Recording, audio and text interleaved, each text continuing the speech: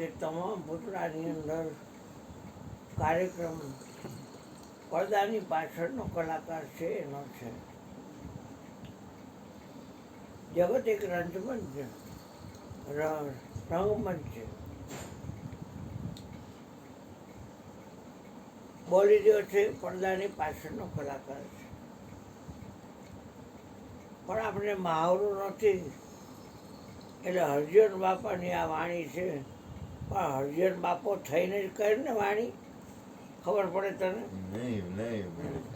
થોડુંક તો કૃષ્ણ બધાયમાં રહેવાનું. મીરાબાઈ છે ને મીરાબાઈની વાત કર, લવાર નો ખોટાય, આમાં સમજી લેવાય. લાખાલોયણ થઈને લાખાલોયણની વાત કરાય, જેસર થઈને જેસરની વાત કરાય, સધીરો થઈને સધીરાની વાત કરાય, સુરપણખા થઈને સુરપણખાની વાત કરાય. હા પાડી છે આપણે. રાવણ તમે ખરા તો કે હા, તો રાવણ થઈને રાવણની વાત કરાય. પ્રભાવ પડશે.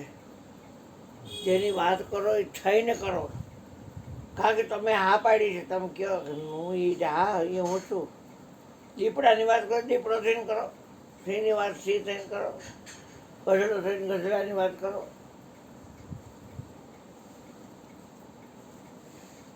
માપ થાપ કરશું નહીં નહીં તોડો તોડા, કહી રહ્યું રામ વસ્તુ પ્રગટ બોલા. કોઈને ખબર એ શું પડે કે આ ગોળીઓ થઈને ગોળિયાની વાત કરે છે,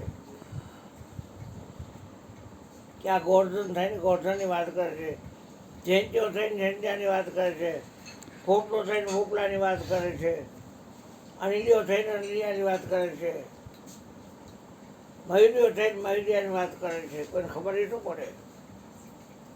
એક પુતળાને ખબર કરી એને કેમ નાચવું છે ભાઈ? એ ભાઈ એ પુત્રને ખબર કરી એને કેમ નાચવું છે?